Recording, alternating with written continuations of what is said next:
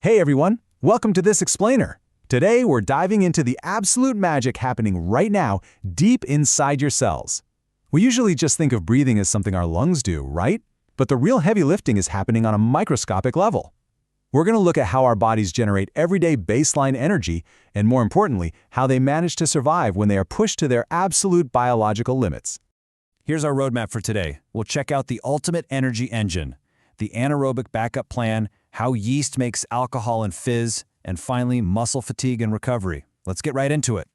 Part 1. The ultimate energy engine. So when you're just chilling out, maybe reading a book or watching this explainer, your cells are totally happy. They rely on something called aerobic respiration, which is basically the gold standard for making energy. By definition, aerobic respiration involves chemical reactions in your cells that specifically use oxygen to break down nutrient molecules, like the glucose from your food, to release energy. That energy then powers pretty much everything else you do. But the absolute non-negotiable ingredient here, it's oxygen. And this is a beautifully balanced piece of chemistry. You take one molecule of glucose, mix it with 6 oxygen molecules, and boom, you get 6 molecules of carbon dioxide, 6 molecules of water, and that crucial payload of energy. It's a super efficient, perfectly balanced system. And the carbon dioxide water, we simply breathe them right out. Now, this system is incredibly reliable when you're just walking around. But it forces us to ask a really critical question. What happens during high-intensity exercise? What happens when you suddenly break into an all-out sprint and your heart and lungs literally cannot deliver oxygen fast enough to meet that massive cellular demand? Suddenly, that perfect chemical engine we just looked at is starved of its most important ingredient. Which brings us to part 2, the anaerobic backup plan. When oxygen levels drop, your cells don't just throw in the towel and let you collapse. No way. Instead, they flip a switch and trigger anaerobic respiration to make up the energy deficit. The definition shifts a bit here. Anaerobic respiration is the chemical reaction in cells that breaks down nutrients to release energy completely without using oxygen. It is purely a biological survival tactic, just to keep the machine running. But this is a massive but. This backup plan comes with a huge catch. While it can save you in a pinch, anaerobic respiration produces over 20 times less energy per glucose molecule compared to the normal aerobic process. Think about that drop in output for a second. You are burning through your fuel reserves like crazy, but getting less than a 20th of the energy back for every sugar molecule. It's wildly inefficient. Now, this exact same oxygen-starved panic mode happens across totally different species, but the results are wild. In microscopic yeast cells, anaerobic respiration produces carbon dioxide and alcohol. But in human muscle cells, it pumps out something completely different, lactic acid. It's the exact same problem, zero oxygen, but with 2 entirely different evolutionary fixes. Let's look at that first fix in part 3, yeast, alcohol and fizz. When yeast is completely cut off from oxygen, it takes a single glucose molecule and converts it into 2 molecules of alcohol and 2 molecules of carbon dioxide, plus a tiny bit of energy. Notice what's missing. There's no oxygen going in and absolutely no water coming out. And here's a fun fact. Human industries have totally hijacked this biological backup plan. This exact anaerobic reaction is literally the foundation of the brewing industry.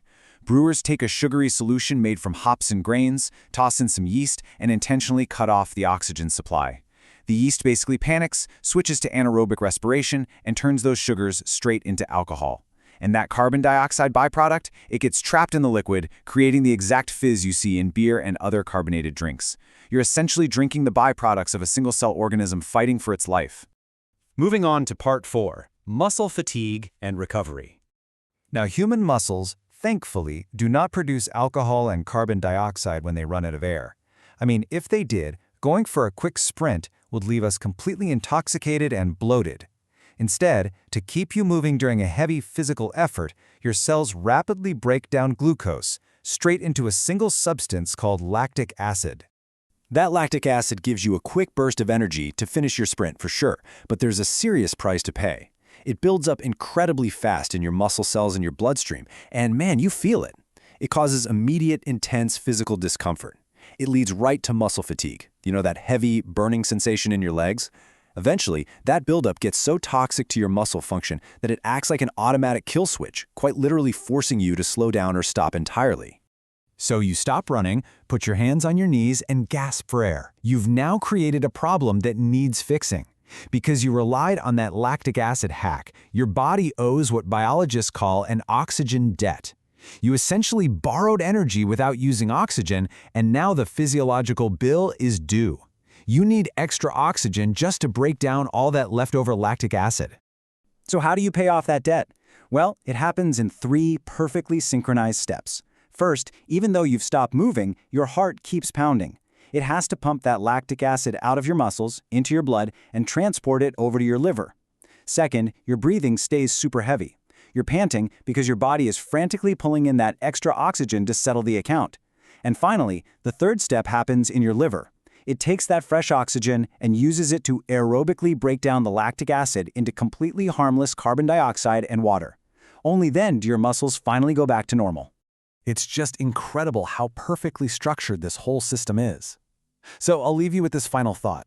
The next time you're gasping for air after chasing a bus, or even just watching the bubbles rise in a fizzy drink, take a second to realize you are witnessing cellular survival chemistry in action.